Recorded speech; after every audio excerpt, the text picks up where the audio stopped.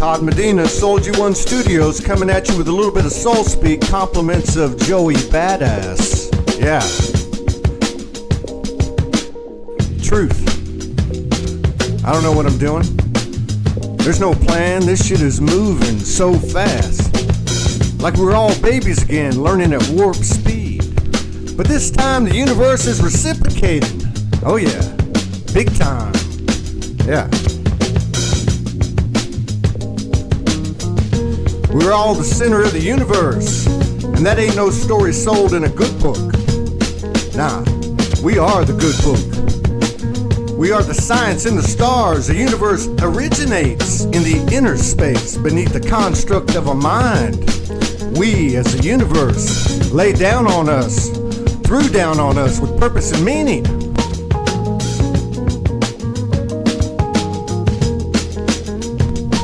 I am soul. It's not a cliche, it's a fucking battle cry. Cause it can help you find your ass in the deepest, darkest little depths you could ever attract to yourself. And if you've thought about it and didn't want to think about it, you can bet it's coming. Oh hell yeah. This is the ascension. Where the walls come tumbling down or the ride can be a big soul-gasm. Yeah. That's right, man. The choice is on us. This is a space we hold in the entirety of the universe. The only thing we can own is ourselves. So make it good, man. Bring it. Come on. Yeah. Every time, all the time, because the greatest truth is we were all right on time. Who's the only one could have really fooled you? Think about it. Give yourself some credit. Don't tell me you can't feel it. Don't tell me that. That sacred vibration, the one you seek, that sensuous love coming from the soul, we all been there, man. Just think of your highest pain. Those wholesale changes when life rearranges in the blink of a mind's eye. Because you remove the mind to find a higher mind. That's it, man. That's you. Hardcore living soul. That's right. Hardcore loving soul. That's right. Namaste.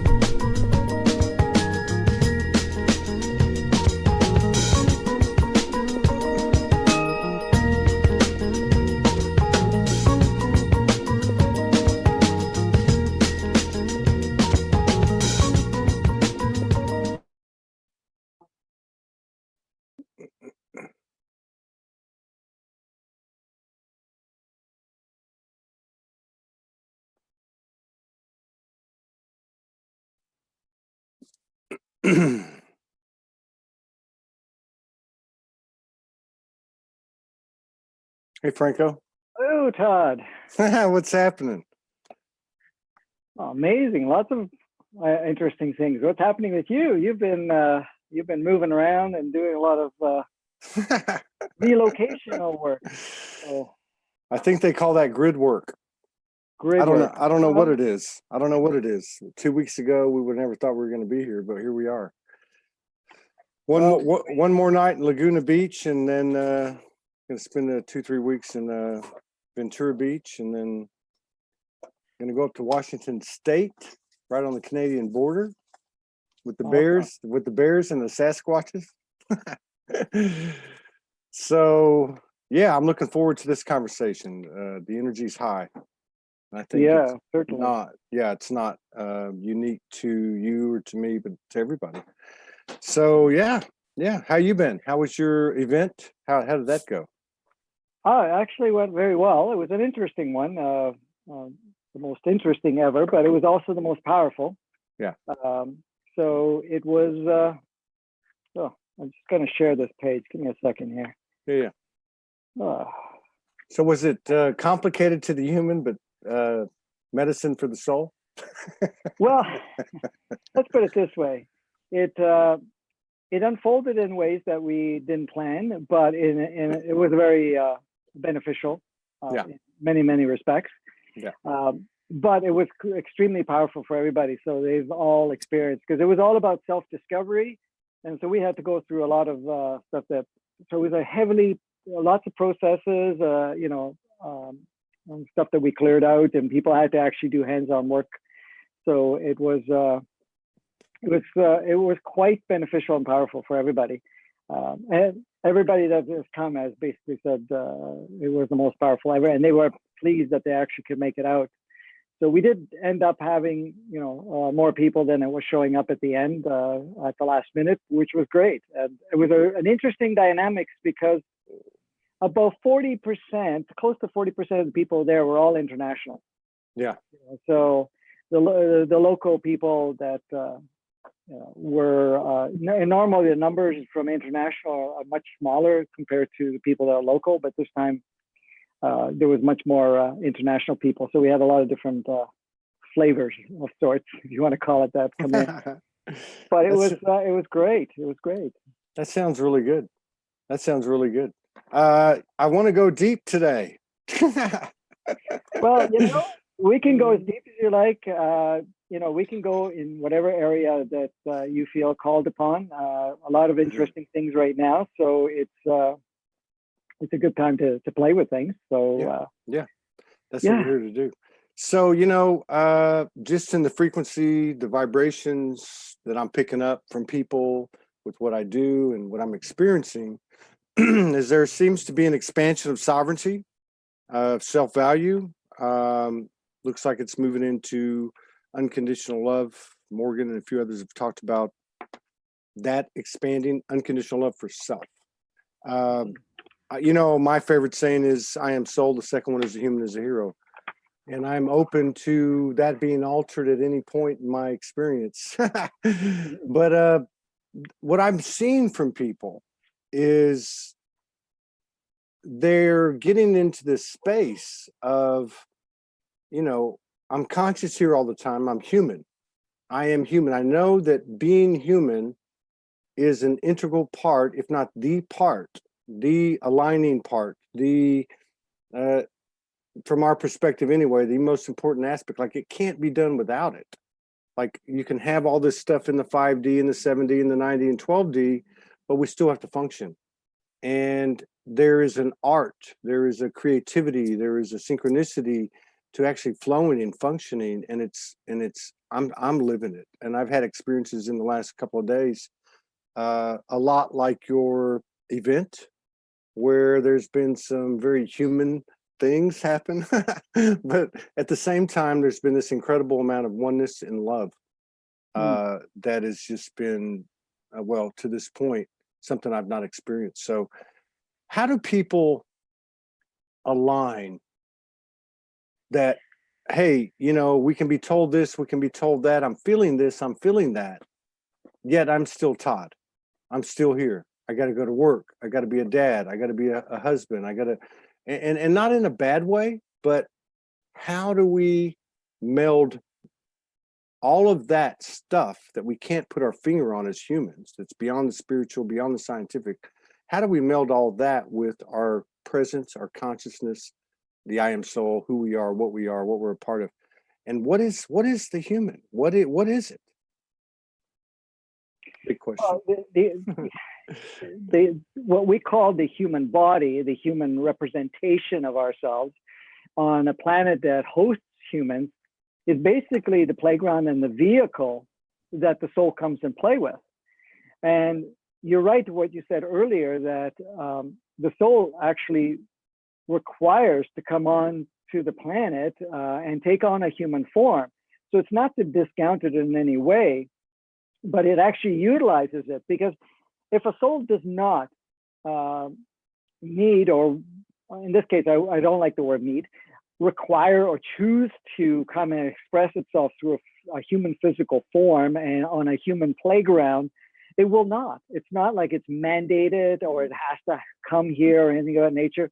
It chooses at that point to say, okay, this is the kind of the playground that I'm really ready to take care of what I really want to expand into, because that playground, it has very powerful opportunity to really experience separation, to really experience polarity, to really engage in a physicality where it feels every part of it. That's one of the things about the sensorial, and the fact where you can get so lost that your emotions and your programs and what you are not can actually drive every part of your experience.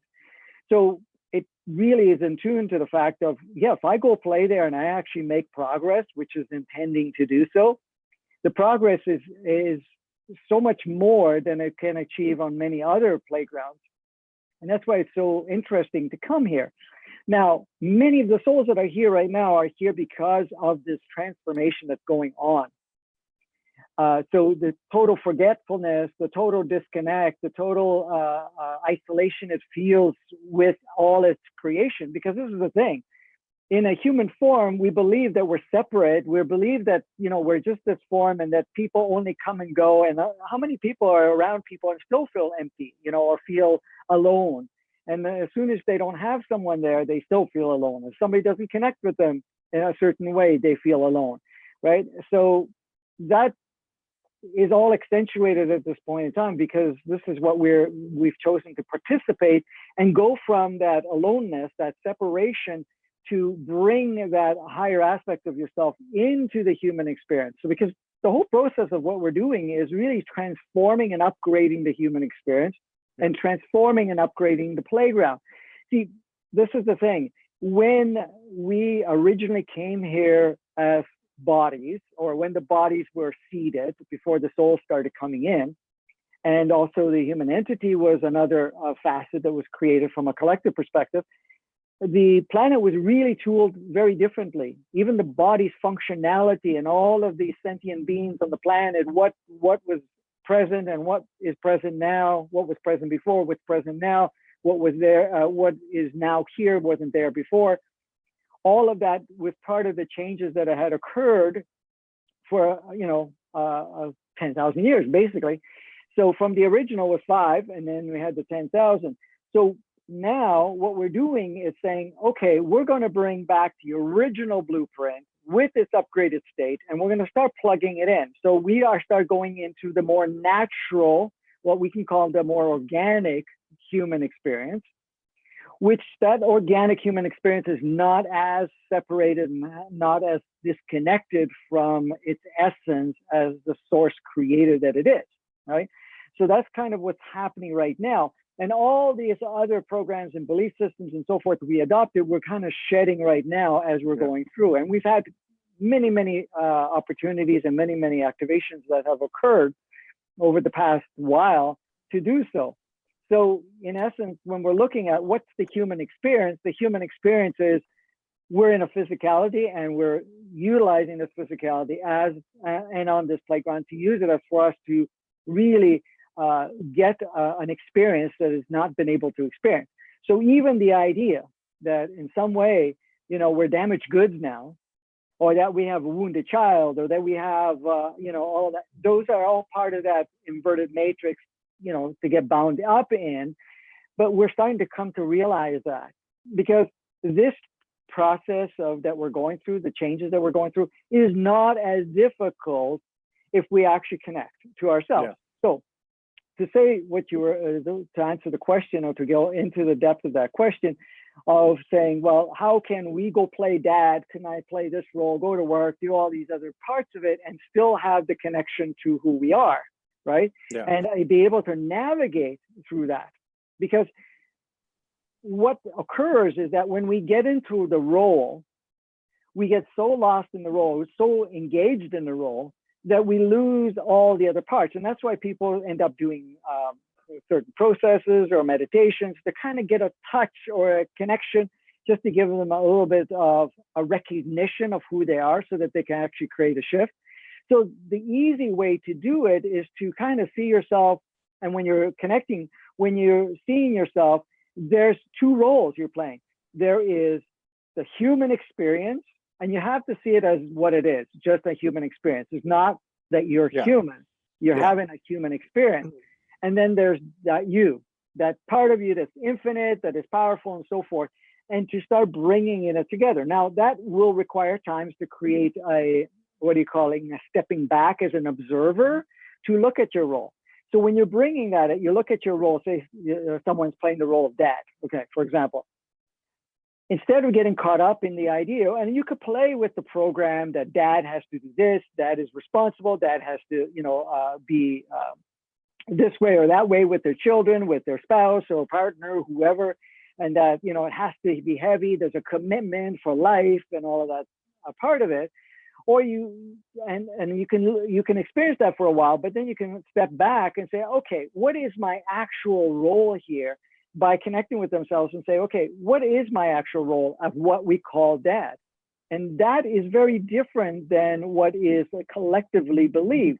Yeah. Because at that point, dad is no more a figure, an authoritative figure, a responsible figure, you know, taking care of children, for example, or being, you know, an example for their children. Now they start looking at it, oh, this is a beautiful, powerful being of the soul, and so am I. And we have come to play together. We've agreed to play particular roles. My kid's the teacher and the student. I'm the teacher and the student. And you see a parity between the two, rather than saying one is like the whole idea. We talk about hierarchy. A lot of times we're bringing hierarchy into our family structures, and of course saying, well, the children is less and I'm more authoritative and whatever else. How many times have you seen, Todd, where a child comes into your life and it is so much more brilliant in many, many ways and has such a powerful observer that the parent is like shocked or surprised that this kid can actually see things that they haven't even been able to see, right? Yeah. In their part. So it's really stepping back and looking at your role as this is the human role that we've adopted as an idea. And then there is myself that has taken on and made this agreement to play this particular role.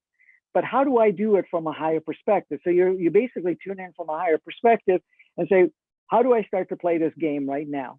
And one of the exercises I play with people is that if you go back and say, you know, you go into a quiet altered state, as source, as the essence that I am, how would I play the role, regardless of whatever rule I've learned, whatever I observed, whatever I adopted as an idea? If I put that aside, all aside right now, as this beautiful being that I am, as source creator that I am, how do I choose to play the role now? From that viewpoint, okay? And you're not going to have an instantaneous, but each time you practice that, you start to connect more and more of that. And then you see that the role actually starts to change because you're not going to, you know, attach to the rules of what it represents to be a dad, for example, right? Yeah. Yeah. And you get to understand that the rules are made up anyways. Yeah. And it's like, what do I do with it or not do with it? It's really, really your choice, right? Yeah. Is the human, you know, we have multiple aspects. Mm-hmm. The soul, whatever you want to refer to that as. Is this some kind of coming out party for the human? Is the human going to be an aspect in perpetuity that can have the same energetic characteristics of the ability to expand and increase potential for itself in the universe and its core self, which is the core of the multidimensional selves? I mean, is it coming out in a way? Is it going to exist in perpetuity as part of the core aspect? Absolutely. And that's the process that we're going through right now. It's all about that, exactly that. And the thing is too, with bringing that in right now, how we're experiencing it, and the changes that are going, it's all in alignment of that which you just stated. And the thing is, bringing more of that capacity of who you are into the game of life, what we call the human game, and to be able to expand. And that's the whole purpose. And this is why people are doing that. And, you know, first of all, there's a level of remembrance that's taking place. Then there's an accessibility to higher consciousness that, again, as we have the remembrance and as we go through the expansion or the accessing of our higher consciousness, we start to already reshape our life. And that's connected to everyone on the planet. It's also connected from, you know, to everything that is on the planet, including our solar system, and it reflects right back to our galaxy and universe. So even the multiple, parallel aspects of yourself, or doppelgangers, or whatever you want to call them, versions of you, are now also doing a lot of comparison and bringing certain parts of it to this particular reality to now really access things that we've forgotten that we can even access before. And what is when we're tapping into the parallel worlds, we're basically it's simulations of ourselves making different choices and going through different paths and so forth, and then taking the highlights of all of that and start plugging in more and more. So as you've seen in your own life and others that are involved at this point in time, that you're almost like reinventing yourself from this human experience. Okay. And it's actually a coming home, like you were saying, a coming home in the sense of, yes, now I am bringing that other part of myself. Now, yes, we had agreed, to totally forget and then go through that part of the experience and then the remembrance and then the access and so forth. However, this is expedited immensely right now, and this is what a lot of people are experiencing at the moment. So there's so much changes daily taking place for everybody at this point in time. Now, of course, the degree will vary accordingly. But now the other thing that we want to bring into place, the process that we are going as a collective is a really powerful agreement that was established not only with all the planets in our solar system, but it is also with our brother, sister souls in our galactic quadrant of the galaxy, because we're all interconnected. Our advancement or our holding back does affect the so-called 400 planets that are, and all the beings that are on those planets that are in our quadrant of the galaxy. For it to continue to progress further, it requires us to play our particular role and to be able to advance accordingly. So this is what's going on right now in that regard. So the grand purpose is really to, sorry to interrupt there. No, you're good. There's a lag. Okay. The grand purpose that we're doing now, is to realign ourselves in as quickly as possible to where the state of consciousness and the state of creation is within our solar system and within our galaxy at this point in time. And that's why we're getting so much assistance at the moment. Now, the one thing about assistance, and I won't go too far, then we can play with it after.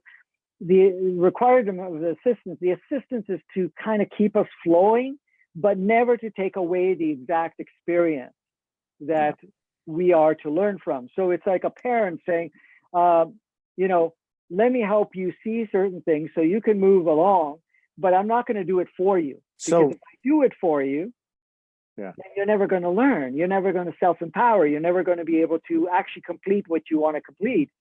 And then there could be a backlash sort of thing where saying, now I didn't get a chance. You took it away from me. So needless to say, I shouldn't expect for spaceships to land, bring us a new religion, food, clothing, and shelter. I'm kidding, but I'm not kidding. So, well, you've probably heard it many times. How many times have you heard, we need to be saved, or, we're waiting for our brother, sister souls from other planets to come here to fix our playground. And see, to me, I see all these pictures of these clouds, and I've seen some clouds. And I can only, we all have that internal dialogue. Did I see that? Is it really talking to me and all that stuff? But I see these pictures of clouds, people calling them spaceships. And, at the end of the day, it doesn't matter if they're clouds or spaceships, really, they're all the same thing. And neither one of them are going to come down here and save our ass, basically. I mean, that's just the way I look at it. I love what you're saying, because at the same time, it answers my question. I can't help but think that in some, and of course, we know it's non-linear, but in that spiral, that in another incarnation that you or I or whoever may have, we may be pulling from Franco from this particular incarnation, or Todd from this incarnation, or somebody's courage or love or passion or wisdom or whatever the case may be. It's an opportunity, it seems like it. And it seems like an extraordinary opportunity, which is my next question. For those of you who don't know, and I don't mean to put you on the spot because I know you're very humble and you've been doing this a long, long time, but you have made the statement that you have full recall of incarnations on other planets, other timelines, or whatever you want to put it. With that experience, or with those memories intact, how would you rate this opportunity? I'm going to call it an opportunity. This opportunity for any of us to be here, whether it be in terms of how difficult it is or how much potential is involved. How would it compare to the other things that you remember from the other planets? Okay, in comparison, this playground is the most,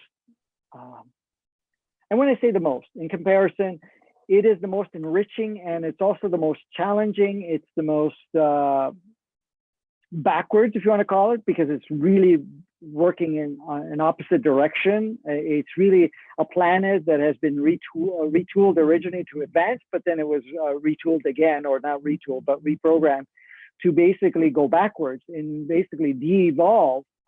And that's not very common anywhere. So in that regard, then the physical, because we're made up of 12 different, the basic everybody in the sense, not every single individual on the planet, but that we have a blend of 12 different species that operate our physicality, so that in essence, we're not so finite in saying, well, I am in a Syrian body and it only has that one particular channel of experience. Because we have 12, in some cases, some have more, some cases, some have less, depending on what their purpose was to come on the planet. But the majority is what you're looking at. It actually is able to shift from one to the other, and it actually can project what we call simulational experiences in what looks like parallel worlds. And a lot of times we exercise that in dream state, and a lot of times we don't remember it and so forth. Yeah. But the other thing that makes this playground even more interesting too is the fact that it's gotten so stuck that the progress that it's making now is so immensely, because of where we're coming from to where we're aiming for and what we're working towards. It becomes very, very appealing place to come. Now, from a soul perspective, like this is like the awesome playground possible. What do we call it? The most awesome, oh, they have a name for it. I can't think of it right now. But, you know, this is the most amusing park that you can find, you know. Yeah, the amusing one. Yes, amusing. Amusing and amazing. Look at it this way, because, and I've worked with many of the beings there. They're in awe. The one, especially the team that I work with, a lot of them are in awe, and they say, you know, you're really brave. And I'm not saying it to me, but I'm saying any soul that chooses to come on the planet, you're really brave to take this on. Now, you don't come out, you know, damaged goods or anything of that nature. That's not true. You're not going to have here and come out of here, because I've seen many times that when a soul leaves and goes through the process of taking out the layers of that it's gained through the experience, and when I say take it out, just put it in the right order of what would benefit for them, that they're not damaged goods afterwards. It's like, oh shit, yeah, okay, great, you know, give it another kick at the can, sort of thing, you know, let's go and play there. So it is the most colorful, it is the most interesting, it is the most exciting, it is the most fast moving now, not before. Before it was moving very slowly, but very unique, because you could really get stuck and actually come in at a third dimensional consciousness and end up a second dimensional consciousness. Because of the fact of the intensity of the programs that we would engage in.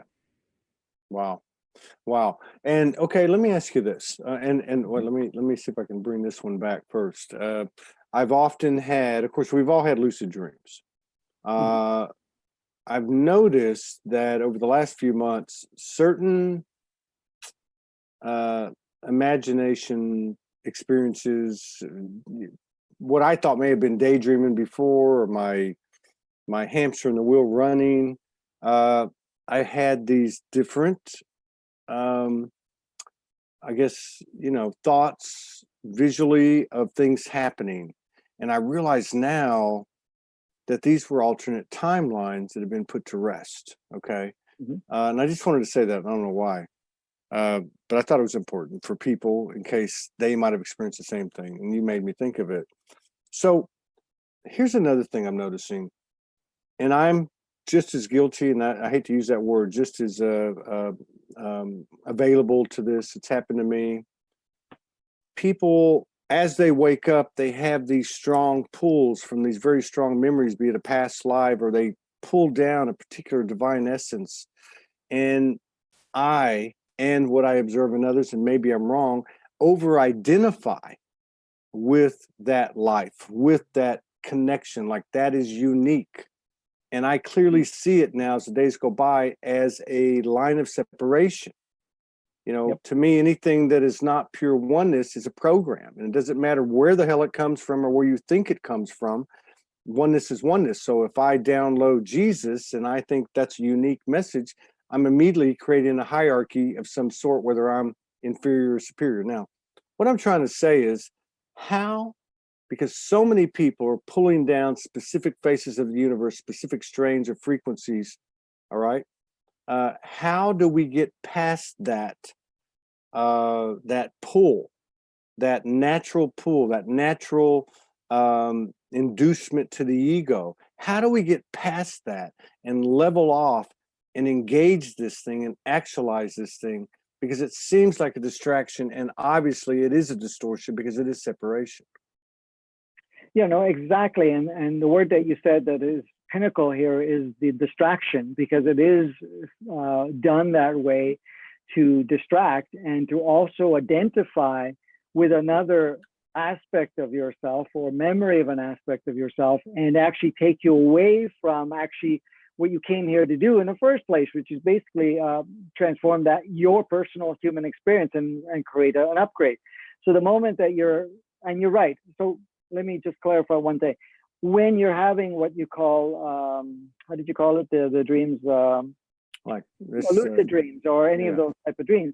Yeah, you are collapsing certain timelines or parallel aspects of yourself. But when you're doing that experience, it's not only collapsing, you're taking all the really pertinent things that you could utilize in this particular reality, and you're actually handpicking them in a way. So in that way. So you're actually selecting what you can use, because every single parallel version of you has something in there that can be utilized in this particular time stream. So as you're collapsing, say, okay, I'm not just going to discard it. I'm going to take what I need, then I can collapse it. And when I say need, it's not so much identification, it's the wisdom that's gained, the experience that's been gained, or because a lot of times what we come here and say, well, I want to do this, and we don't end up doing all of those things. But in parallel aspects of ourselves, we may have taken on one of those here and one of those in another parallel life and so forth. So we say, okay, I don't have the time to squeeze all this in this particular reality because I'm engaged with so many things. So I'm going to go in and tap all of those and then plug it into my reality and utilize it for that. Now, when we're going back to the thing of, I'm from this planet, or I've had this experience, so past lives, or I've been, some hierarchy of some sort, like you were saying, that becomes a distraction, because the program says, oh, okay, well, this reality is not that great, but look at the reality you had before, or look at this opportunity, and it starts to create more separation, more polarity, or emphasize the polarity more. So it becomes a very powerful distraction. So in essence, we have to remember, and this is what we got to keep in mind, is that those are just experiences that we've had, and it really is no better than any other experience. You can't look at, say, well, I'm a Syrian or a Palladian or Turian, whatever, and those were good experiences. Now, on human terms, or now that I'm having a human experience, that's less than. So I'm going to put my focus of where I came from, or where. Right. But you have to remember, nobody comes from any of those planets. Nobody comes from any playground. We come from source. Yes, we may have memories of certain playgrounds, and we may have an interpretation of what those playgrounds represent. But the key thing here, Todd, from a soul, the soul does not discriminate, does not compare, does not look at any of those playgrounds, one better than the other. Yeah. And even any role that it has taken on, there's nothing one better than the other. The only time it gets skewed is when the artificial intelligence, what we call the ego and the inverted matrix, grabs it and then says, oh, your life sucks here, and that life sucks. So beat me up, because this one's not where I want to be anymore. Well, and then also I think maybe at a higher level, whatever memories we need to come in from the perspective that we have at this point in this space will come in, you know. So it may be Alexander the Great. I was Alexander the Great in a past life, or maybe I'm channeling directly to Kuan Yin or whatever, but there's some reason that whatever speaks to us, whatever we experience individually, is doing it for a reason. We've pulled it up, I guess. We ordered it. And the thing is, it's not about the role, Todd, as you realize this. It's not about the role. It's whatever that experience may have gained as additional wisdom or additional way of understanding the game. So it's really looking at that. And sometimes you can look at it and say, oh, wow, in that role, I played that. How could I bring this in to this reality? And start shifting the game that I'm here. Because the key point is, you're here because you came here, you chose here, you have an exit at any point in time you choose. From a soul perspective, from a human entity perspective, you have an out at any point in time, and you don't even have to, you know, put the body out of commission, because there will be other souls that will take it on, especially if it's very beneficial in whatever role it's playing. So you're here. It's only the ego mind that judges the experience. The other parts of you saying, okay, let's ramp this up. Let's really enjoy this. Let's go to the next level here. And because if it says I'm done, it will leave. Unless it has an agreement to play a particular role for some other individuals, and it will stay there, but it will still be okay with that. It's just say, okay, I'll play it out for whatever term. And that is. Yeah, one of the things I noticed about these imagination episodes, where I was imaginating, that's a word, that would come back, is that some of the stuff that I did was supernatural, spectacular, incredible, and kind of cool. But then when I went back and looked at the timeline that took me to that point, creating an extreme event that required me to go really deep, which meant a lot of pain and suffering, no matter how supernatural the act was, I realized it's not worth going down that path. I can go down this path, and we'll have more ease and grace. So I totally get what you're saying, because really, I mean, those parallel lives, if you want to call it that, alternate timelines, really carry the same value as, you know, pulling in Kuan Yin, remembering a past life, or whatever galactic transmission.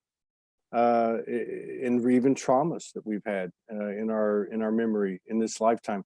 These are like 1111s. They're synchronicity, they're information, they're codes, they're light, which is all meant to wake us up. And this goes back to, let's kind of wrap this part of it up, because I want to take you into something else. So to create a summary or synopsis of that, if we got all that, and I'm not saying I do or anyone else does, but if we've got it all, that, hey, all this stuff is just meant to wake us up. Point must be to be awake and aware, and to actualize whatever we are connected to make this the best experience that we could have. You know, I mean, that seems to be where we're getting to, or where we're at. And just to kind of close this part out, what is the best way, the most elementary way, the clearest way to do that, the simplest way to do that, if there is one, just in a conscious moment by moment existence? How would you recommend that?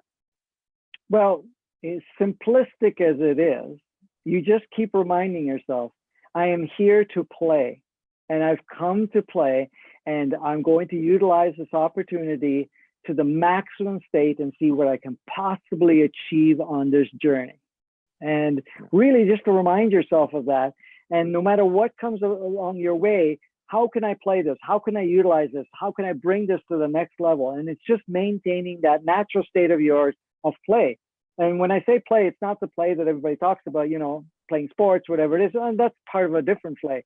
It's still play, but in essence of playing the role and see yourself as the role, see yourself in the body. And so it's really the reminder, this is a game. I've come here to play. I am going to stay here until I do what I'm here to do, but not as a heavy job or anything like that. Let me see what I can utilize. And some of the things you had said earlier about, having certain skill sets or gifts or, supernatural capabilities, say, okay, what can I plug in as part of this? And not making it a requirement, but just say, okay, let me bring that part of it that I've experienced or whatever it is as part of it, but no expectation that it plays out one way or another, because I've come here to just utilize this journey. The thing is, the other thing to keep in mind, you will not have any experience in one way or another that is not co-created, created, and totally orchestrated by you, no matter, even when it looks like somebody else is playing a role as a perpetrator or, governance or anything of that nature. It's just that. It's just like, okay, I'm here right now. This is my game. I've come here to play. I've come here to do amazing things. I don't know what that is yet. I'm going to unfold it. Just take everything to the max each day. And what happens, everything that we're playing as we see as really tight and intense for ourselves starts to lighten up as you keep reminding yourself that I've come here to play and bring it to the next level. How many of us want what you call reality? They have those reality games where you can actually go in and visual reality, what is it called? Virtual reality. Virtual reality. Thank you. And when they go into virtual reality, what are they doing? They want to go in there and see what I can do. How far can I go and see it as a game and have the amazing experiences. Well, here's a reminder. Where we're in right now, physical or non-physical, because it is all just a light show, is that virtual reality that we're looking for. We're already in that virtual reality. Yes. By playing the virtual reality and it's not like, I got to follow the rules or it's game over. Yeah. The rules are made along the way, and you can make whatever rules, you plug it in, unplug it. It doesn't matter what the collective is saying, what, so-called, authorities are saying. It's still a game. It's up to you if you engage it, give it power, or do whatever with it. So it's like walking into the game room in the 80s with an infinite number of quarters and playing Donkey Kong. And you just start over and go back, but you can change the rules. Yeah, I like that. Dang, I had a good question. Let me see if I can pull it back. What were you talking about? God, virtual reality and how we, the easy. I like the conversations that have been evolving, because, and I mean this one today and the ones that have been preceding it, because the emphasis seems to be coming into the now. What's happening now. I've got this other stuff. See a lot of stuff playing out, a lot of extremes playing out. Some people, to me, the frequency is expanding of don't take things so seriously. But you know what I mean? It is play. This, I guess I would put it this way. So this is really, and forget the semantics, but this is really God at play. God at play with all these unique aspects that are in control of their own unique experience, but ultimately they're all the same thing. Something like that. Mm-hmm. Yeah. Well, the thing is, the program that we get involved in, what the inverted matrix does, on what we call the inverted 3D that we are experiencing, and the 2D, it says this is life and death. This is real. This is like you don't come out of here unless you're fight and flight, and that you're actually competing and you're whatever it is. But that's just a smoke and mirrors, an illusion, because the true essence of you is, I came here into this virtual reality, this beautiful movie. I'm having a what do you call it? You had said it earlier. The dream. Oh, geez, these words are popping. Yeah, I know. That was one of the other questions I had. No, I'm kidding. Yeah. So, anyways, we're having these dream states where we are lucid. That's the word I was looking for. These lucid dreams, And really, it's just a representation, because that's what we're doing right now. We're having a lucid dream, a video game, whatever it is, and just see it as that. Because what happens is, it's interesting.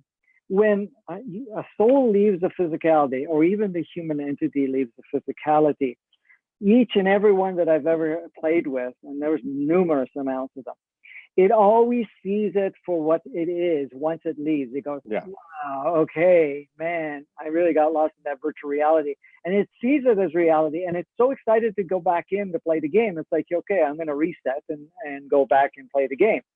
So, and that's really what's coming out. So it's really bringing that to the surface and saying, okay, here I am. I've come here. I had to go through a certain process to actually get this opportunity. I'm going to maximize it, bring it to the max, right? Yeah. And have fun with it.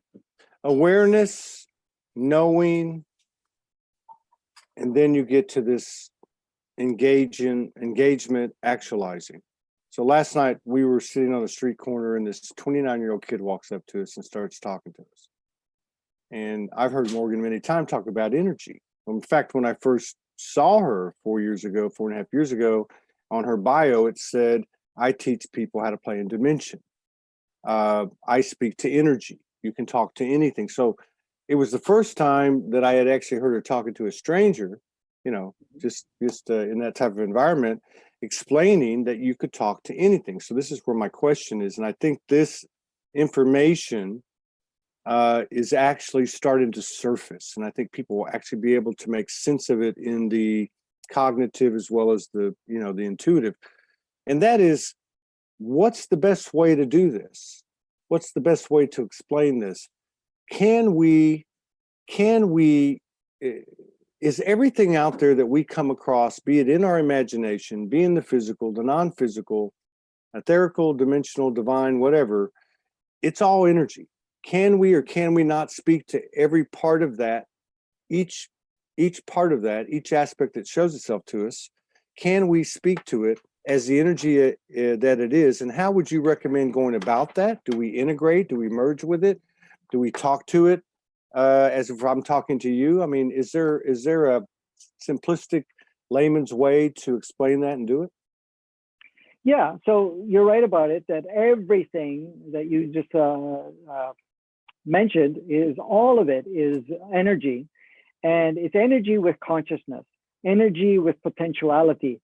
And your communication, your relationship with any of those realms, which are just different layers of energy, you can connect with it. You can have it share with you the consciousness that it carries. You can tap into the experiences that it carries. You can ask it to provide you certain experiences and so forth. But it's just a matter of getting beyond the doubt, or beyond the fact that, okay, I cannot speak to energy. You know, sometimes people do is saying, well, I'm talking to God, I'm talking to source, I'm talking to my angels, I'm talking to, even all of those things are just energies too, with certain levels of consciousness. So it's a matter of just communicating with any of those parts. So as it presents with you, you can easily say, and this is the thing, this is the tool, whenever it presents for you, whenever you connect with it and say, okay, what do you have to share for me that I can utilize at this point in time in a way that would be highly beneficial to launch things even further, right? Don't go in with the solution and saying, okay, how can I fix my problem? Okay, because in essence, communication at that point in time gets restricted. So it's not about how can I get out of my experience. It's no, I have this experience, and I'm tapping into the energy that creates this experience, the energy that supports that experience. What do you have to share for me? What gift do you carry of wisdom, consciousness, and awareness, so that I can actually utilize this to advance even further in this field of experience that we're going? At times you can feel the energy physically, other times you're just going to be able to see how the energy around you shapes. And it actually, the energy, because everybody else is energy too, anybody in your field or whatever it is, your communication with that energy actually affects all the people around you anyways. All these illusionary, or what we call holographic projections, will also communicate very differently with you. So, even the experience, like you said, you were in the street corner, you met this 29-year-old person that came up and whatever else, it gave you the opportunity to remember, oh, wow, like even Morgan saying, okay, we can communicate with energy, and sharing it with another aspect of yourself just reinforces what you're knowing already of that, right? Yeah. So it's just realizing, that everything is energy. We can communicate with any part of it. It's the idea of when we're communicating, you're not seeing the energy better than you are. You're not seeing yourself, superior to the energy, or that the energy is your slave, sort of thing. The energy is an exact essence of you. So now you're saying, okay, from your viewpoint energy, what do you have to share for me, or anything like that? Just doing that actually opens it up. And more you practice it, more of it you will be able to. And you can actually ask the energy of different parts, even the energy of money, the energy of whatever, what we could create. And when we're talking about something of that nature, you can actually say, when you're asking it to manifest itself in your reality, or to plug itself into reality, you have a different relationship and say, okay, I'm communicating with you, if it is for my highest good at this point in time, for this energy to manifest as what we can call it, for the purpose that would be highly beneficial for me, without interfering with what I'm here to do, or to interfere with any programs that need to come up to the surface, but to actually be conducive, or to be added to my experience without having any interference, or the interference of anybody else that I have agreements with. And then you'll see that is a different relationship that you have with the energy, and it responds much more easily. It becomes a dance then, rather than a commanding force. Yeah. Makes a lot of sense. It definitely does. I think we covered this before, but just because I think it's important, when I can ask if I want to, but whatever you like. So we can program ourselves, and I know people have said that. I live with someone who preaches that and lives it. But it's that simple. We can program, reprogram. I mean, if we look at ourselves metaphorically, as you brought up before, it's like an operating system, or a computer system, or however you want to put it. We can delete, declare obsolete. We can install new programs. And what are some of the ways that we can do that? And I know that we can speak it and write it and internalize it or visualize it, but is there a best way? Are there ways that I'm not mentioning? Is there anything you can give us a help on there, a tip? Okay, so there's three parts to that, the most that stand out the most. One of them is we're already running on programs, and the programs that we're already running on are the programs that are been kind of shared and drilled into us in a sense of how we should function, think, whatever it is. So we have programs that actually are so inverted, or in that regard. So we are already operating from programs. The other part is to say, okay, I'm going to deprogram all the things that do not serve, and program another program that is more in alignment and service of that point in time. So that's the second part. The third part is to be program free. And when you're program free, then you are basically a creation moment by moment. So you're not going, because this is what happens.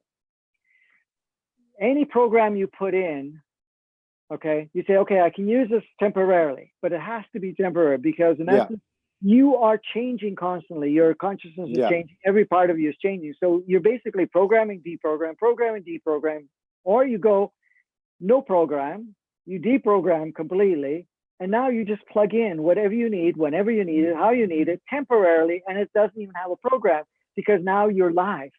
You're basically live streaming, like we are now. I love this. This is perfect. Yeah. Live streaming your experience, right? Great explanation. Yeah. This is the beautiful thing, is you can plug in and unplug very easily any part of your experience. But when you don't have a program, you actually are in the driver's seat even more, because in that you are able to navigate and adjust any part of it moment by moment. So if you're starting to go one direction, and say, oh, okay, I can tweak it a little bit more and go this direction and in that direction. But you're still not programmed. You're just basically moment by moment, just create your reality. So those are the things. But I can see the in the analogy that you're using, which is what I was referring to earlier, and it's okay. It's okay. We can get past self-judgment, the embarrassment, and self-consciousness. But what I'm saying is, it was okay to replace a program with another program to kind of steer our trajectory to where we wanted to go. But obviously, we all know about it. Detachment and attachment, that is, there is no program ultimately. An attachment to a program, attachment to downloading Kuan Yin, and I'm not disrespecting the energy of Kuan Yin, downloading the Arcturians, or a connection to a past life that becomes our personality. It becomes a burden, a block, a shroud to our illumination, because we don't want to hold on to it. But I guess what I'm saying is, maybe we're moving past this point now where we can start to break away from those good attachments, for lack of a better description, and we can get into that free flow. Because that analogy that you use about the live, anyone that's ever done a video and you upload it, you do the video and you watch it, and I'll do another one, or you edit it.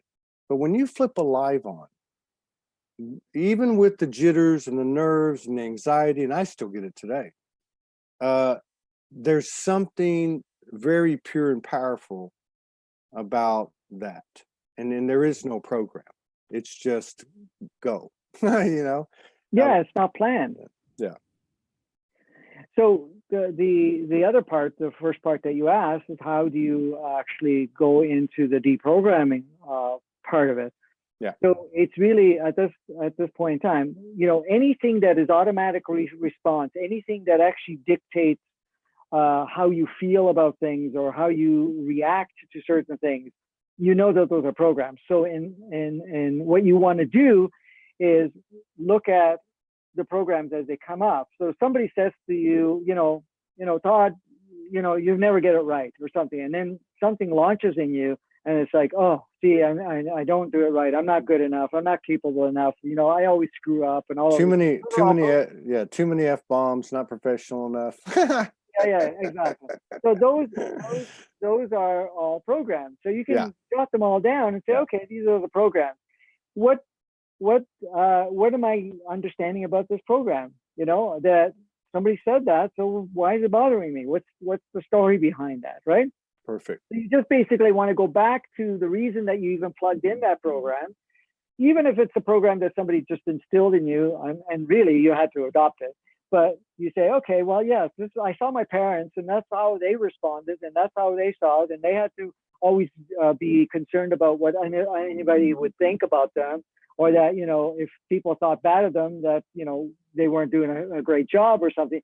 So you adopted that idea and say, oh, great, absolutely. Yeah.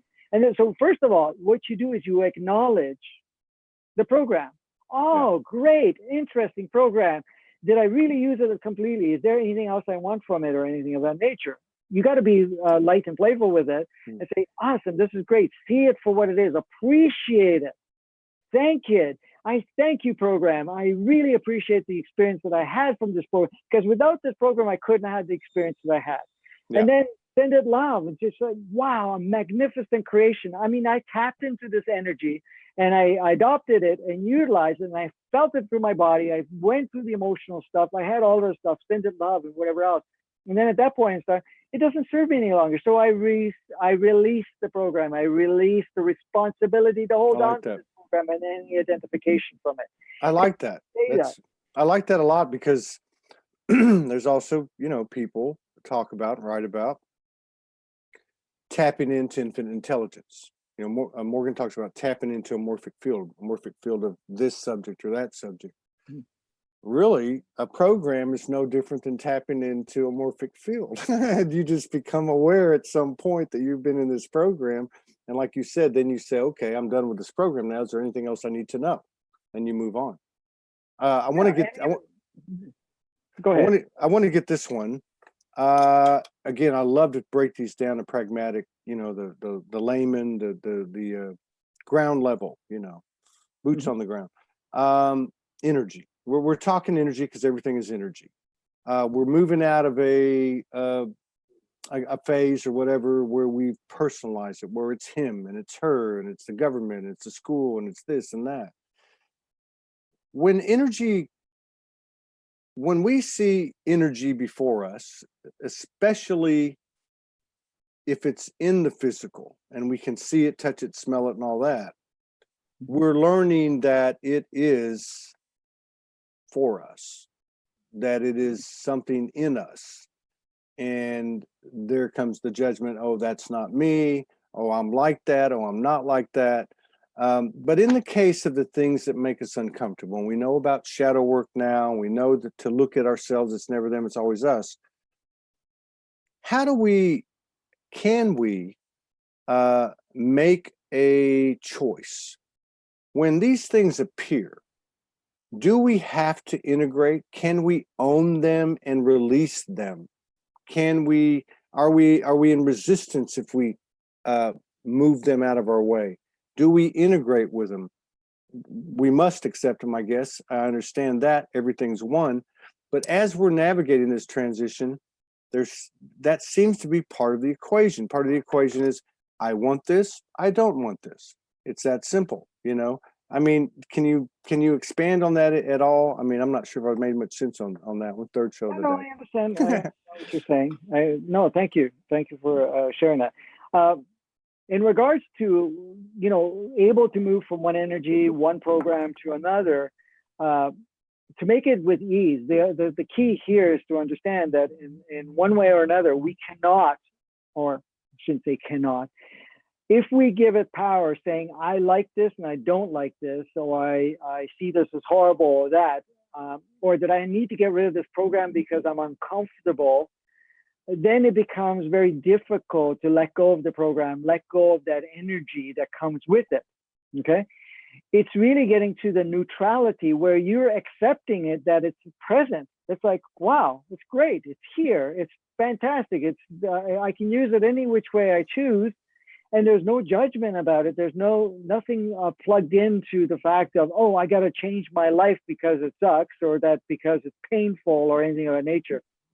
You get to the neutrality and say, okay, this is a beautiful creation, amazing, I enjoyed it, I've learned whatever I need to learn, but now I feel like it's now a new chapter, it's time for me to move on. Yeah. Then the releasing program is so much easier, and that's why we do the process of acknowledging it first, thanking it, and because at that point you want to take the polarity of that it's good or bad, or that it's, you know, horrible, or, you know, that in one way it's affected your life or stopped you, because no matter what role it's played, the program, it has served you. It has served you one way or another. There's no way it could not have served you. However, you get to the point where, okay, it's no longer required, no longer for me to give power to it. So now I can go through the process of releasing it because it's no longer of service. And it's very different when you probably experienced it. When you're having something intense happening in your life, or something's playing out and you say, oh, I can't stand this, I got to get rid of it, I got to change. How difficult is it to change? Yeah.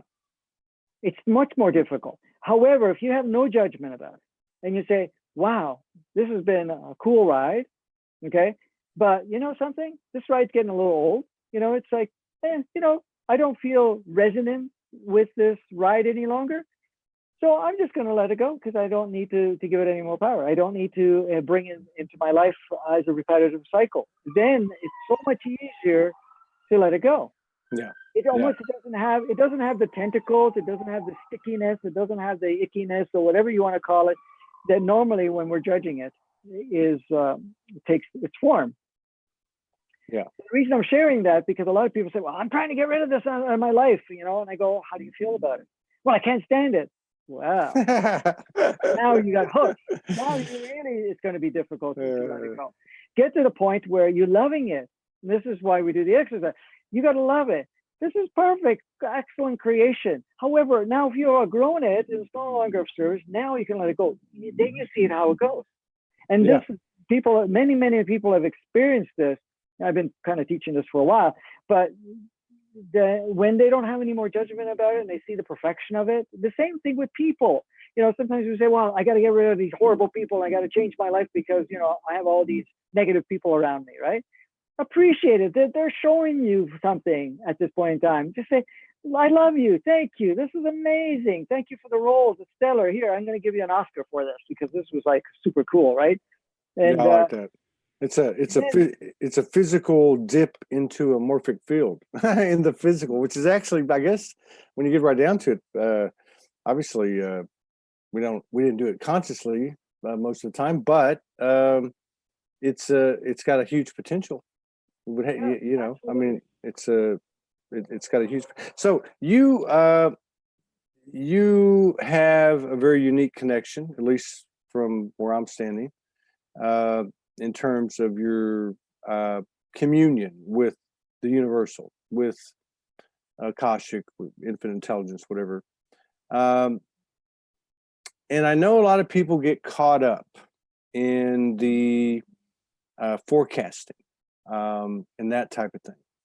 So I kind of want to go out the door a little bit different, because anyone who's watched these shows with you, you can watch them all on YouTube. Just search SoulSpeaks 5D under Franco, and 4 or 5 of them will come up.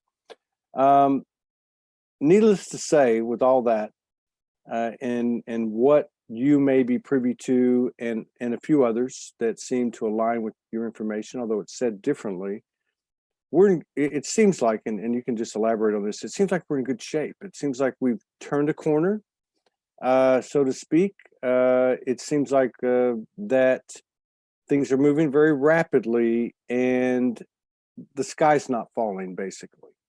Absolutely. Okay. Yeah, well, no, we are. And I mean, even the assistance that we're getting is always being tweaked so that we are able to do what we are here to do and manage through it without having, major obstacles stopping it. But we are moving more rapidly through and through. Like even on July 31st, we did a meditation, a sound bowl meditation. I did a little talk right from the retreat center that we were at. We live streamed it. And the reason, because on the 31st, there was another energy that came in for what we call renewal. It was an energy of renewal, seeing that we actually have the opportunity to, a stimulation to be able to redesign our life more effectively, because we have more of an energetic support and consciousness. Not everybody can utilize it because, in essence, depending if they're really deep into this, to their experience, and they're saying, well, no, I'm this, and I'm going to hold on to that. Then, even though it's encoded in them, they may not use it anytime soon. So that's fine. Then we had on the 8th of August, which people call the Lion's Gate and all that stuff that came in about. Yeah, that was another energy burst. And that one was a channel of, an energetic channel that provided a boost for anyone that has a specific role to assist in advancing the collective. So if you have a particular project that you've come into that is to serve a mass or to play a very strategic role in changing things, then you got yourself a boost, and both of these energies are holding steady for us to utilize along the way. So that just came through. So somebody that feels like, for example, I had a couple of people that have been pushing forward, and one of them happens to be my son, but he calls me up and he says, Dad, what the heck happened? I just felt this burst of pushing me, like I need to get off my butt, sort of thing. Yeah, I was going to say, shift or get off the pot. Right. Exactly. And I said, well, take a look at what you've been holding back on, because in essence, you're getting a boost that you came here to do a specific role. You've agreed for it, and you've been kind of taking the scenic route and parking a lot. So in essence, that's what it was. And he goes, okay, I kind of sensed that was the case.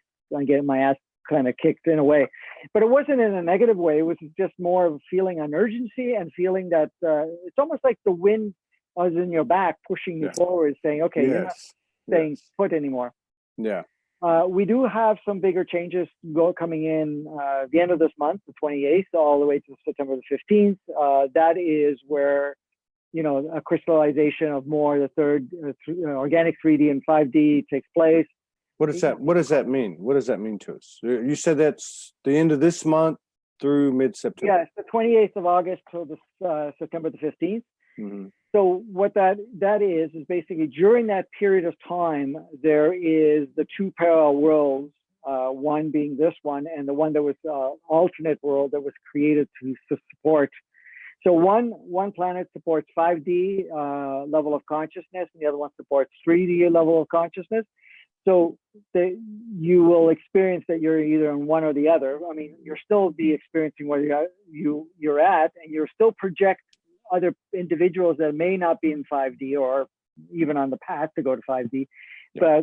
But you'll still see it, but you'll feel that the energy when you're in 5D or organic 3D, that it actually it feels easier to move and kind of deprogram to kind of integrate the 3D, even though you're coming from a lower state or in the inverted 3D, which most people are coming from. Yeah. And so that's part of it. And right now, and I don't know if you've noticed it, but even the inverted matrix, 50% of it has been disabled. Wow. So there's less streaming. Yeah. Less streaming coming through, and also the energies coming from the moon have actually been tamed, or not shielded but filtered, so that it has not the same amount of impact. And if you notice that somebody that gets affected by the new moon, full moon, all the different stages, you'll notice that it has less of an impact as it used to.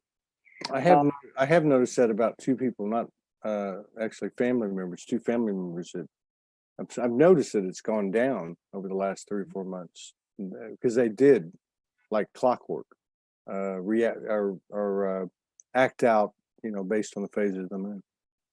Yeah, and that's the thing is that it allows us to be better connected with our own navigation system rather than the stimulation that we're getting from the moon. So 50% of that got. No, actually, that part of it has been filtered, so it's the streaming has changed, so the range of it has changed. But the inverted matrix that works off the moon as the transmitter is actually 50% disabled. What that means is that now your ego, artificial intelligence, your inverted 3D is getting less streaming of reinforcing it. So now it's more easier to deprogram that inverted 3D and the 2D and also the ego's power that it may have on you. You may still have programs coming up, but you'll notice that it doesn't have the same oomph because it doesn't have a backup Calvary, supporting it. Like streaming is reduced by 50%. So that should be easier. So some of these things came into place. Now, the other thing that it wants to unplug at the end of the year. This is all as current, so I'm saying that can still change somewhat because they're always tweaking things. Yeah. But as it stands right now, by the end of the year, around the end of November, going into December, the inverted matrix actually will be turned off completely, and that was the plan, so that we will be able to connect with our true matrix, which was the original design, upgraded, of course. Well, I think I'm getting a glimpse of it right now, although I've had experiences on these shows, but I know you've got 80 some odd aspects that make up your soul, but I think about half of them are like in my face right now. Maybe we can discuss this type of occurrence on the next show we get together. Sure. It's actually kind of funny because it looks like that movie Multiplicity. They're all different, but they're like one's coming out of the other one. I don't know what this means. I'm going to tap into it later. I don't know if you're doing that or I'm doing that, or I guess we're both doing it. I don't know how it works. We're both doing it. Yes. Yeah. So where can we find you? You got any events coming up? What's going on? Anything you got to say? Yeah. Well, I am on YouTube. I am definitely on Facebook. And I also have a website, FrancoDiNicola.com. Fairly simple. Just my first name, last name, all together.com. We just finished a 7-day retreat, which if you couldn't participate, you will be able to buy or access the the video and audio recordings. They're still in progress or process. I'm cleaning them up and chopping them up and organizing and labeling them. I'm hoping the plan is to be finished by this Friday, if everything goes well, because there's a lot of information because it's 7 days of workshops and whatever else. So there's many hours. 40 plus hours or so of content there. We do have, and I will post it also on, we do have other programs that are available that is on Teachable, which is, Franco DiNicola. I think it's teachable.com / Franco DiNicola. And I have quite a few different programs that are based on helping people move through different stages of their lives, depending on whatever they're looking into. I do have another live stream event coming up in the beginning of October. We don't have the finalized date. We should have it by next time we talk for sure. So that's that. I mean, and we have the shows that we've been doing, and so it's great. It's great. And we have future collaboration. Yes, looking forward to it. Something's happening. We're going to be heading east. I would say, probably by the end of November, if not sooner, heading east. So how far east are you guys going? I don't know. Well, I know we're going to be in Florida in January because we have a conference that we're speaking at and conducting a workshop in Sarasota, Florida. That's 17th through the 19th in Sarasota, Florida. Waves of Light Conscious Conference. So we're looking for other things to get into. We've had a couple of invites. I think we might rendezvous with some people at Shasta. And we're just going to play by ear Sedona. But yeah, I don't know. I just thought of you. I thought, well, maybe we could hook up, somewhere in the States and do something with 2 or 3 or 4 months notice. See what happens. Yeah, absolutely. I'm definitely. That actually came from that 40 some odd aspects of you that are talking to me. I always enjoy conversing with you, and I really appreciate what you're doing. On behalf of everybody, thank you for what you've been doing for so long without recognition. I know we're going to get together again. I'm sure Morgan's taking care of that. So good to see you. Yeah, I think it's in a couple of weeks or so. I don't remember the date, but yes. Yeah, best to Kimberly, and I will. let us know if we can help you in any way. Take care. Yeah, absolutely. Thank you, and my best to Morgan also. Right on. See you later, Franco. Okay, bye-bye. Thank you very much.